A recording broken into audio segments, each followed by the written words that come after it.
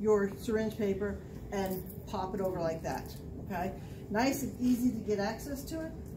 Problem is, by doing that, paper particles have broken off this wrapping and are now sitting inside this needle, okay? You might not see them, but they're there. So don't open your syringes like that. Do it the long way. Do the good old pull it down like this, okay? You know it goes the same rule with this.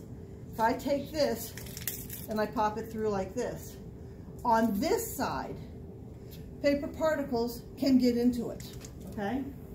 But if I am lazy enough and just don't feel the need to pull it apart with like this, it is not a problem to pop it from this side because that's just the plunger, okay? So that's okay. Just never do that to an area that has an opening, okay? Because the paper particles can get into it. Make sense? Okay.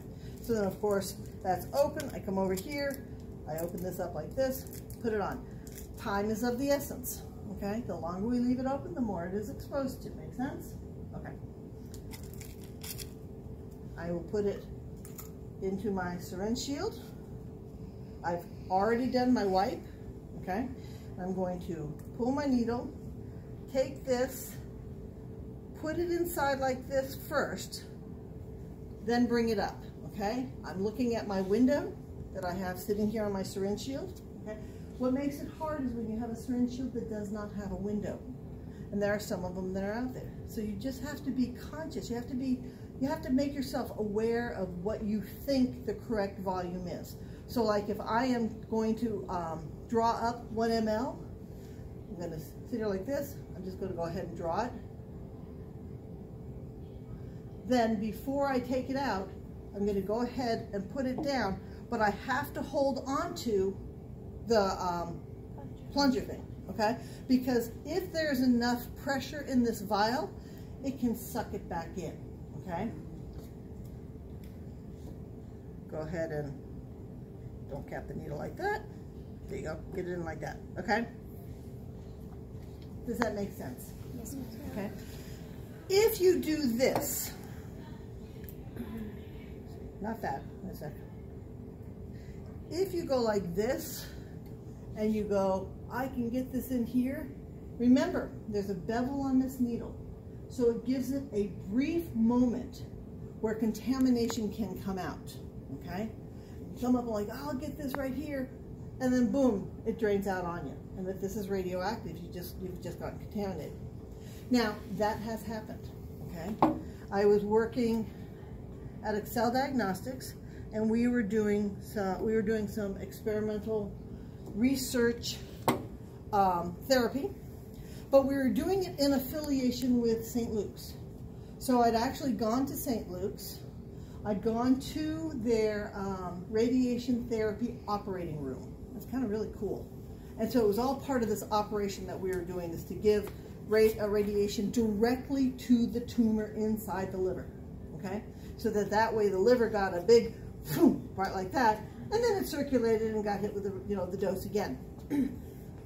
We did it, and this is great. And they're like, okay, well next time we'll have everything set up for you before you come. Okay, this is 200 millicuries. 200 millicuries of Lu-177. Okay, lutetium-177. And we get there, and what happened was the nurse, not thinking, has her IV all set up, and she went to go into the vial that we had, and it spilled all down the front of her. Yeah, and it spilled down her arm, down her pants, on the floor, the whole works. The whole place was radioactive. Big time contamination, big time cleanup. After that, we learned to do an in-service with the nurses, basically saying, don't do that. And then teaching them about radiation safety and things like that, okay? So there are reasons why we tell you what to do, okay? That is one of the reasons why you want to put your needle in here before you bring it up, okay? Now, question might be, why do you have to invert this? So if you see, there is space, there's air inside this vial, okay? So if I stick my needle in and it only comes into here, I'm not going to draw anything up. But as soon as I turn this and invert it, now I can stick my needle in here and I can get whatever I need to get. Okay, does that make sense? Good. That's good. Yes?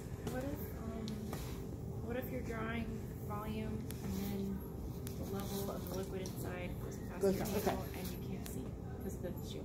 Well, you will see if you have a window in your syringe shield.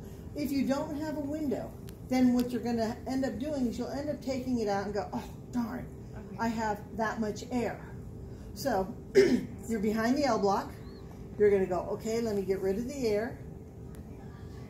Let me reinsert it. Let me bring it up and not insert as high. So instead of bringing it all the way down to here on the needle, maybe I'll only put it up to here on the needle, okay? That comes just with practice, okay? You'll notice with the Lasix ones when you do it, when there's air, your needle's in the air, it gets harder to pull it. Okay. I've not noticed that, but that's okay. Yeah, that was just what I noticed. I was like, oh, because I didn't. Because you weren't in the liquid. Yeah. Exactly. So it might be harder to pull, but it also might be harder to pull because you've taken some out. So you've changed the pressure in that vial. And that's why you'll see some techs go, oh, well, that's easy, just shoot some air in there. People don't think, okay? They've been doing things for a gazillion years, you know? Now you guys know, don't put air in there because it might change, might mess with the chemical makeup, okay? Make sense? Good. Okay, I'm going to call Miss Hyder.